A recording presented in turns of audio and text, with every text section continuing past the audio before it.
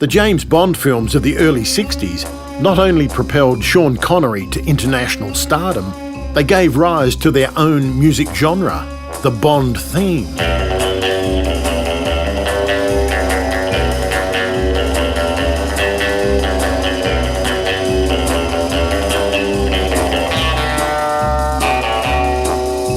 Monty Norman wrote the original James Bond theme for Dr. No in 1962, and it's been used in every Eon production of Bond since.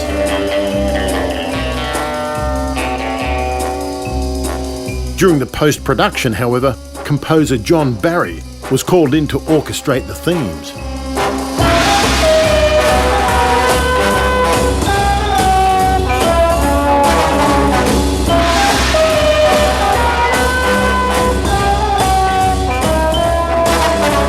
This led to a rift between the two men. Barry claimed that he'd essentially finished off Norman's idea and that it wouldn't exist without him. The dispute simmered for years until a newspaper article resulted in a court case in 1997. The decision was unanimous in Norman's favour, and he still collects royalties to this day. But the Dr. No experience was fortuitous for John Barry as well, because he was then invited to score 11 more Bond films.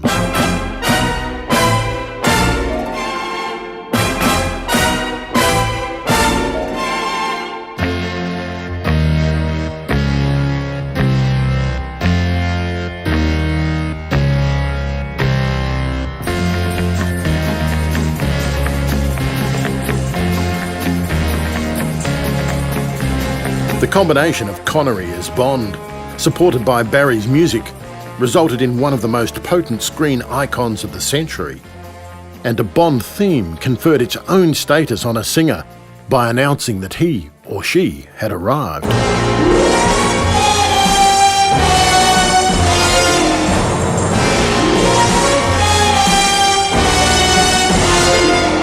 He always runs while others walk. He acts while other men just talk. He looks at this world and wants it all. So he strikes like thunderbolt.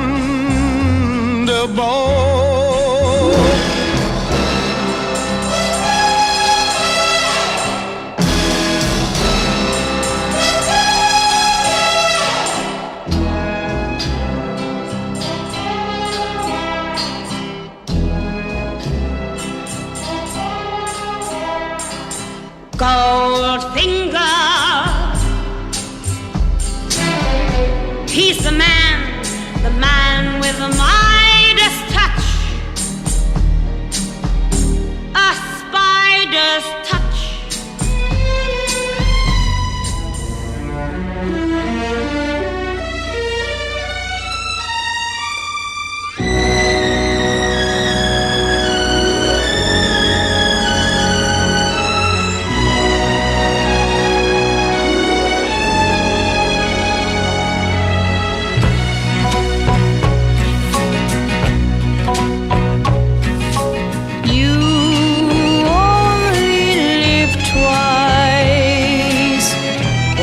So it seems. One life for yourself and one for your dream. From Russia with love, I fly to you, much wiser since my goodbye to you. Diamonds are forever. Hold one up and then caress it. Touch it, stroke it and undress it. I can see apart. Nothing hides in the heart to hurt me. Barry's approach to the Bond music was expansive. Rather than just supporting the action, he scored the attitude of the films. His slow tempos and lush arrangements conveyed how unperturbed Bond was in the midst of all this mayhem.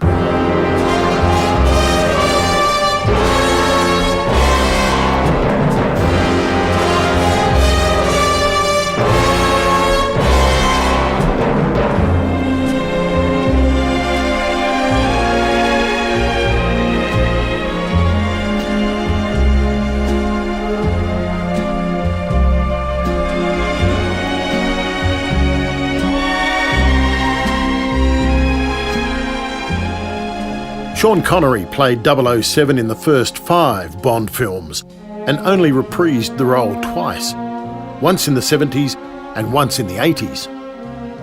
The Bond machine rolls on to this day, of course, but Connery set the standard against which all other Bonds are judged.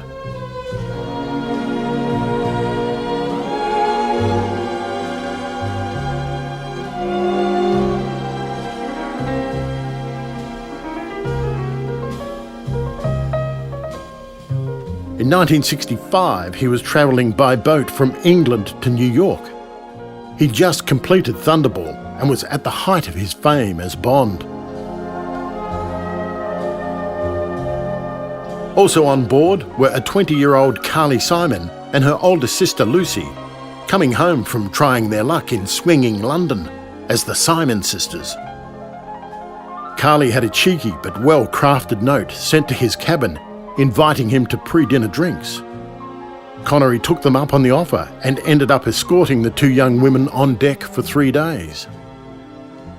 By the time Carly had arrived sufficiently in her own career to be offered a Bond theme in 1977, Marvin Hamlish was in charge of the music. It was the first Bond theme to not carry the title of the film.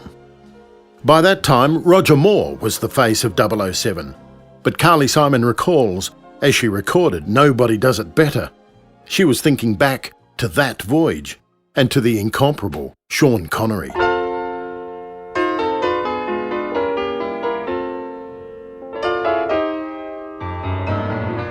Nobody does it better. Makes me feel sad.